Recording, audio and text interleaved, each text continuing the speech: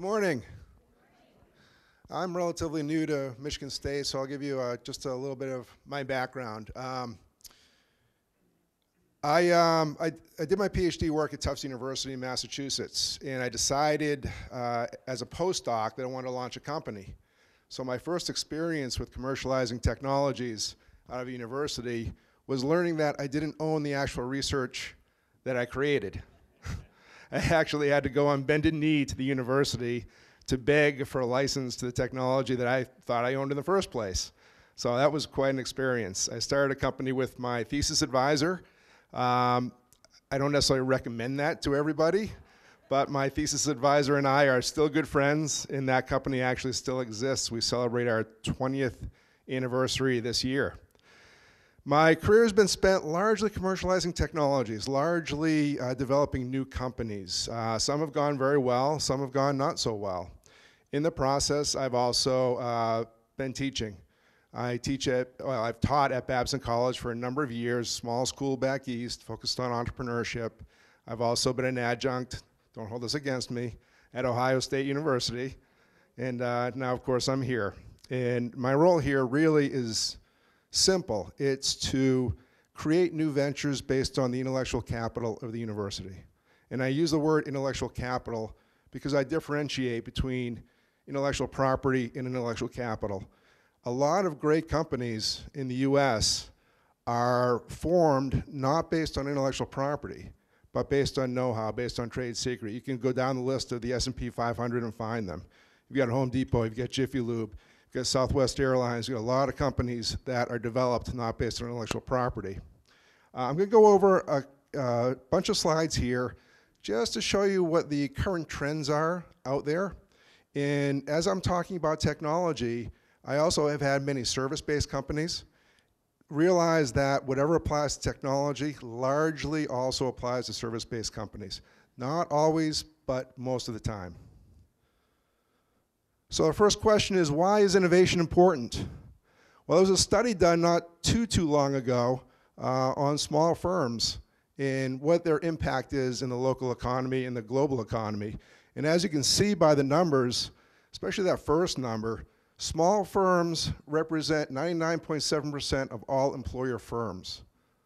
Okay, so if you take the firms that are out there, 99% of the employees work for a small firm. Small companies are very important. They're a key economic driver in the US, and that's not going to change anytime soon. A couple things about corporations. Why is innovation important? Well, you see a survey of executives of the top companies in the US, 80% of them believe that becoming more innovative is a top priority. Okay, well, why is that? Well, if you're not constantly innovating in becoming a new company, in producing new products and new services to meet the demands, you're going to go away. And I don't think I need to tell anybody in the state of Michigan that innovation is a top priority. You guys got hit harder than anybody in the US. I went through it in Minnesota in 2008 where I was managing a portfolio of companies for a hedge fund. We got hit hard. You guys got hit a lot harder here.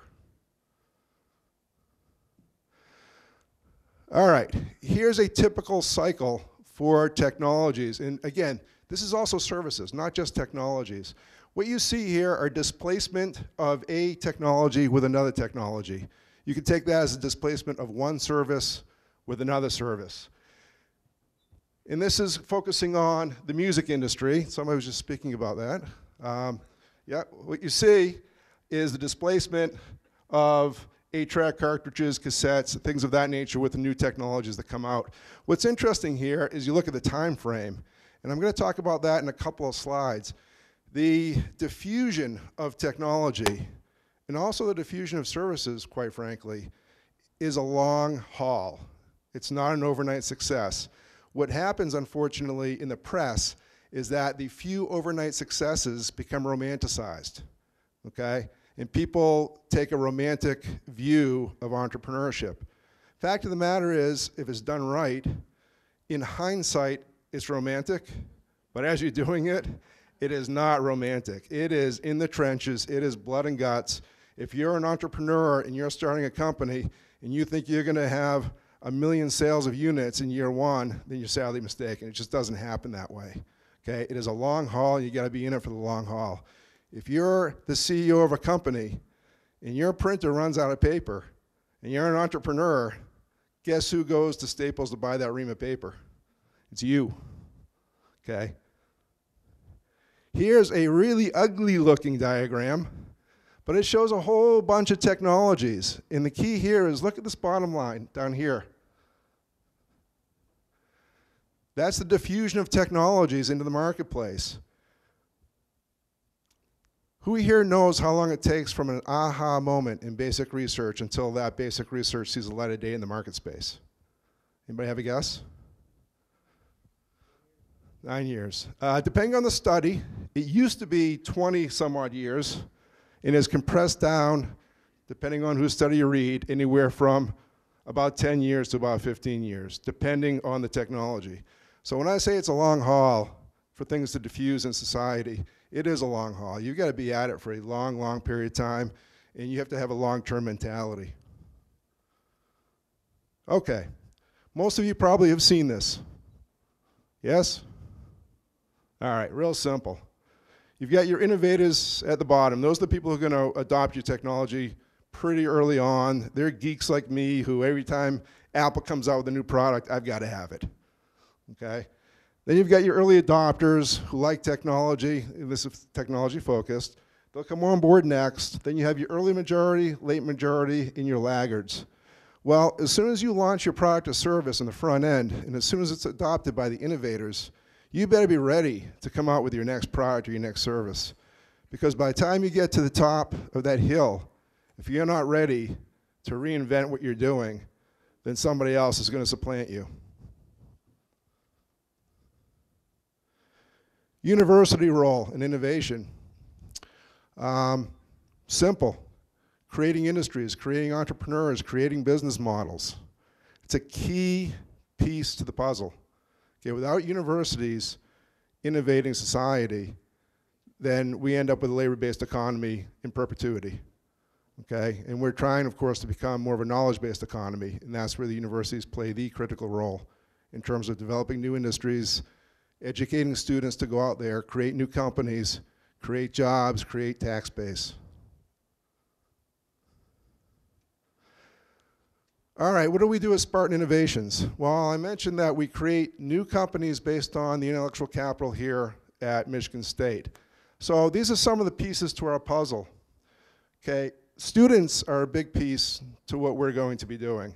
Historically, the way intellectual property here at Michigan State has gone out the door is very similar to the way it's done at a lot of universities. You essentially have a tech transfer office. That's the office that manages the intellectual property for the university. Okay? Professor wants to invent something, goes to the tech transfer office. Usually there's an invention disclosure that gets patented. Then the tech transfer office tries to either license the technology to somebody or create a new company based on that intellectual property. That's only one path, though. The other path that's key is curriculum. Students. You've got a labor force here of 45,000, is it, students? Okay, they're not all going to be entrepreneurs, but let's assume that 400 of them want to be entrepreneurs. You need to create a pathway for those students to get into that funnel to create intellectual capital. And they're not going to be patents, largely. They're going to be new ways of doing something. They're going to be things that they see out there that are problematic and they want to solve a problem. But they need that pathway to develop their business model so they can launch that business model. I'll give you a great example. My years at Babson, the class I taught, which is very similar to the class Sam teaches and other people teach here, we had about 40 students a year in the class, about 10 groups, developing business models.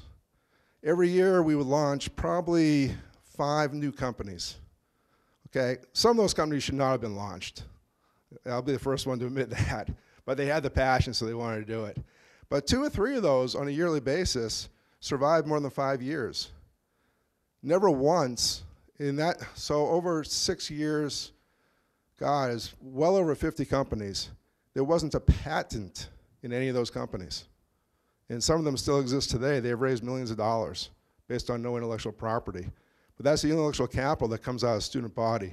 So I'm a firm believer that the students have got to be a key piece to this puzzle.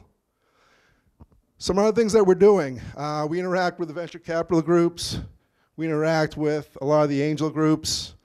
We bring them to the table to take a look at the businesses that are being formed here. We've been pretty successful in helping these businesses raise money historically. That wasn't me, that's my predecessor. But we'll continue on that path. I come from a very large hedge fund, so I've been in the investment business for a number of years. So I know a lot of those people. We'll be bringing them to the table. Faculty are still a key part. It goes through the tech transfer office. Alumni, we want more alumni engagement. We want to use the alumni as mentors. We have a lot of very successful alumni who started companies, so we need to tap into that. Then the other key piece to our puzzle is CEOs and residents. We hire in people who essentially are between their companies. They've probably just exited a company and they're interested in starting a new one. They've done it a few times. They have the expertise. So we bring them on board to help mentor faculty, mentor students with an eye toward the fact that they might find something that interests them enough to want to take it on as their own company or as part of that company. So a lot of this stuff is not new. We essentially have a funnel where we take concepts that are out there, could be faculty, could be staff, could be students, and we vet them through a system. We down select to the concepts that seem to make sense for a new venture. Okay, and we end up with what we have our lead concepts. So out of the 50 or so things that come our way, there might be 5 or 6 that could be new ventures. The others could have value, but there may be licenses, there may be other pathways to bring that to market. Once we get the lead concepts in-house, we go through a series of stages, and this is nothing new. Anybody who commercializes technology tend to not use Gantt charts, you tend to use stages. And so we use stages of assessment. We do an initial assessment to decide, is there a market for it? Is there an application for it? Is this something that could supplant an existing technology or service that's out there? Is it faster? Is it better? Is it cheaper? Okay, that kind of initial assessment. If the answer is largely yes, then we take it to the next stage where we do a much, much deeper dive. And it goes through a series of gates and a series of checks until hopefully in the back end, we have a NewCo, and then eventually a liquidity event. Okay, most people want to know about the funding situation right now, especially since 2008. Pre-2008, things were chugging along between the bubble pop and 2008, and not a lot had changed. Well, this chart has always been the same. You've got your early stage funders, you've got seed, you've got angels, you've got grants. Okay, you've got your mid-stage people, which are venture capitalists. You've got companies that will strategically have an alliance with you and provide capital. And then you have banks and mezzanine financiers in the back end. Okay, the big difference, and I'm going to skip one slide if you don't mind. The one big difference today is that venture capitalists since 2008, you'd argue always, but really since 2008, the seed capital from venture capitalists has been going down. Okay, there was a time when VCs would come in on the earlier end. All right, they stopped doing that largely. There are still some early stage VCs, but most of them are going away. So really what you're talking about when you start a new company, you're talking about family and friends, and you're talking about really grants and angels. Okay, and it's important to know because you need to know where to go. Okay, you don't want to take your new concept to a venture capitalist. They may be polite to you, but you're wasting your time. And this is the chart that shows seed and stage gate share of venture capital deals. You can see that in the 80s and even through the 90s, it stayed relatively 15 to 25%. Around 2008 to 2011 and 12, it actually starts coming down here. So you're seeing VCs exit the early stage space. They'll come back as deal flow slows. But right now, that's not really the place to go for the early round financing. All right, here are my recommendations to students and anybody who asks me the question about what do I need to do with a business plan? Well, it's got to be bulletproof.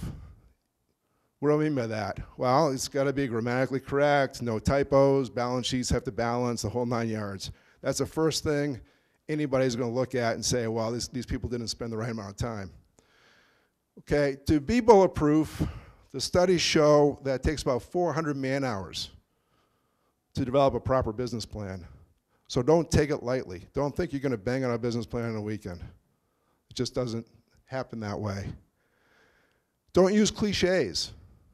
I can't tell you how many times I've read the word conservative in a business plan.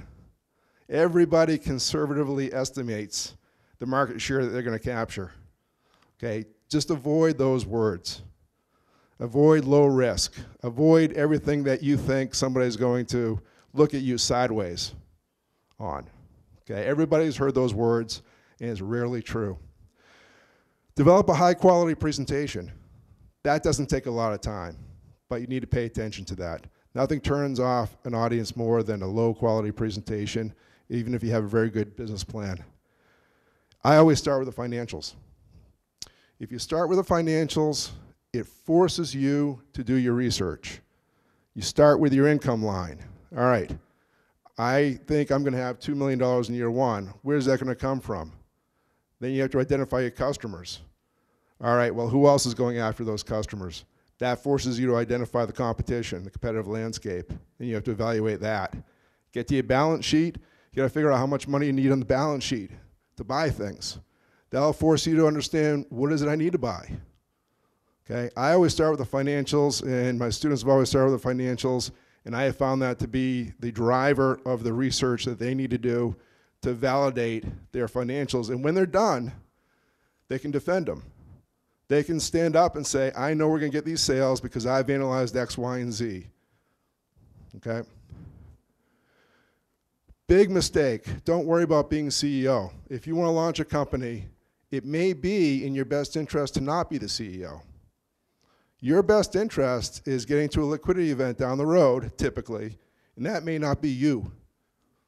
Okay? Cross-disciplinary teams are very important. Make sure that you have the expertise within your group to really drive the business forward. Don't romanticize entrepreneurship. It's not a romantic business. Okay? It's a lot of hard work. It's a lot of hours. Don't think you're going to do it in your spare time. You're not going to do it in your spare time. You'll probably average about 60 hours a week, 10 days, 6 hours a day on your company, if not more. It is not something that you can do with a full-time job and have this on the side.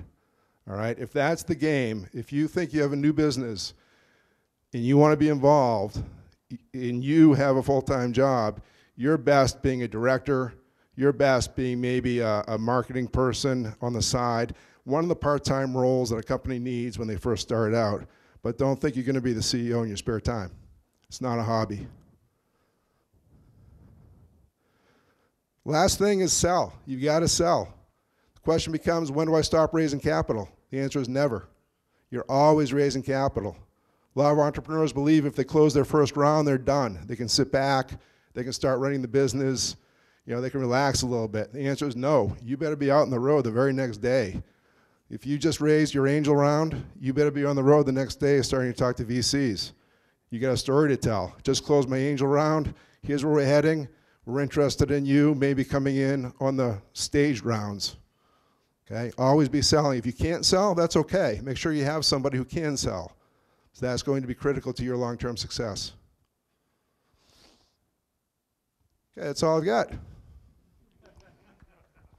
We use different kinds of templates and approaches, and we get it. We don't need to just start with the financials, but if you raise your hand, how many of you have worked with us and we've said, let's figure out where the money's going to come from? Right? Is it a grant? Is it a revenue from registration? Is it sponsorship or something like that? So we kind of do a light version of what you do to start a company. And then we hook faculty up with the support they need, the selling. You don't have to be the CEO, right? But there's lots of different support in MSU Global, in LearnDat, who's presenting later, and other resources to do that. So it enables faculty to kind of do a little sort of business perspective in their own work. It's academic work. It's the academic side of the house. So I'm just curious, I'm wondering what kinds of faculty projects might actually start to move towards what you're talking about, where you say, oh, let's call you, and so let's start working with Spartan Innovations. What types of things would those be, do you think? Yeah, anytime you come up with a new way of doing something that's more efficient, for example, that could be something interesting. That could be something that could be leveraged to other places, to other businesses. Anytime you think that you've created a new pathway for either dissemination of materials, for example, or a new way to do something in a lot more efficient manner. A lot of business, I'm a big believer that it does not have to be a patent. It could be a process, and process companies do very, very, very well. So anything that you think is innovative that somebody else might not be doing, or that you've not seen out there, you've shortened your time frame to do a certain job from 10 hours down to 1 hour. It could be a software, it could be a spreadsheet, it could be a Notion.